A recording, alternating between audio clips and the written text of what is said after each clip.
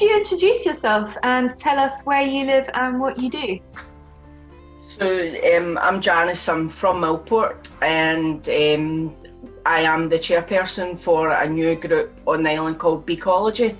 As part of the group with Beecology, we decided to extend into the environmental aspect of it, because we believe that it's a huge thing that everyone should try and improve the environment, especially round about them.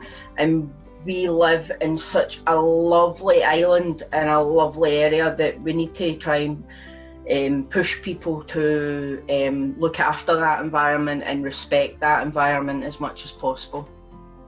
If you could tell me, Janice, why are bees important?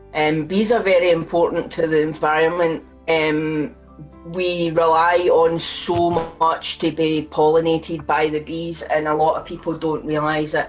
I personally didn't realise how much we rely on bees and other insects to populate for our food resources and to keep other things living as well in the environment. So they're very, very important to us.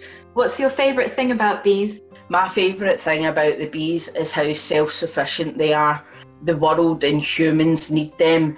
How or there's the waggle dance that they do when they forage bees returning from the to the nest.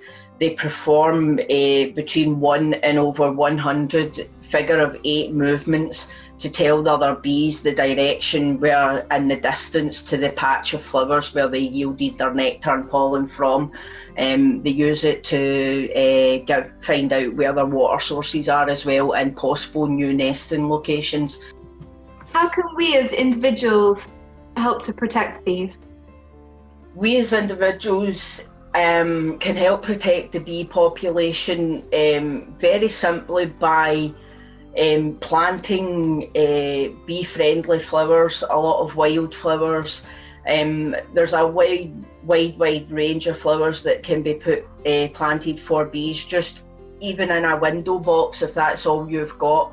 One of the other things would be, don't try to swat a bee. A lot of people are in a habit of swatting a bee, particularly a honeybee. A honeybee looks very like a wasp. I was actually at our hive with a visitor yesterday, and they didn't know what a honeybee looked like. They thought a honeybee was the bumblebee.